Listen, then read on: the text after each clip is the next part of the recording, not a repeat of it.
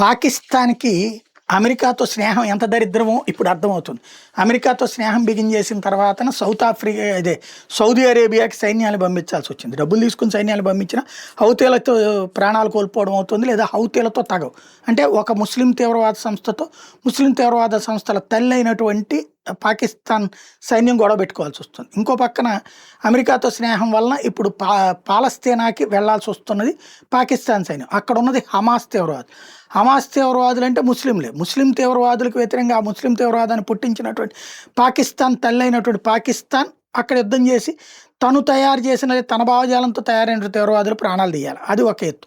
ఇప్పుడు ఇరాన్‌కి, పాకిస్తాన్‌కి మంచి స్నేహం ఉంది.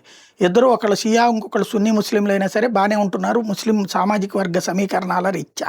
అందులో ఖలీఫా రాజ్యాల లాంటి ఇష్యూస్ నడుస్తున్నటువంటి సందర్భంలో. అయితే ఇప్పుడు అమెరికాకి సంబంధించినటువంటి CIA ఇంటెలిజెన్స్ బృందాలతో ప్రస్తుతం మీటింగ్ అయ్యాడు. ఎవరైతే మన ఇతని పేరేంటది ఆసిఫ్ మునీర్, పాకిస్తాన్‌కి సంబంధించినటువంటి సైనిక చీఫ్ అన్నటువంటిది తాజాగా కీలకమైనటువంటి అంశం. రావల్పిండిలో వాళ్ళ హెడ్ క్వార్టర్‌లో సమావేశమయ్యారని. ఏంటయ్యా అంటే రాబోయే 72 గంటల్లో టెహ్రాన్‌లో ఉద్యమాలు ఇలాగే పెరిగితే గనక, ఇరాన్‌లో ఉన్నటువంటి టెహ్రాన్‌లో జరుగుతున్న ఉద్యమాలు ఇలాగే పెరిగితే గనక అప్పుడు అమెరికా, ఇజ్రాయెల్ కలిసి దాడులు చేయడానికి ఎయిర్ స్ట్రైక్స్, నేవీ స్ట్రైక్ చేయడానికి రెడీ అయితే పాకిస్తాన్ సహకరించి గ్రౌండ్ లెవెల్ అటాక్ మీరు చేయండి అని చెప్తున్నారన్నమాట.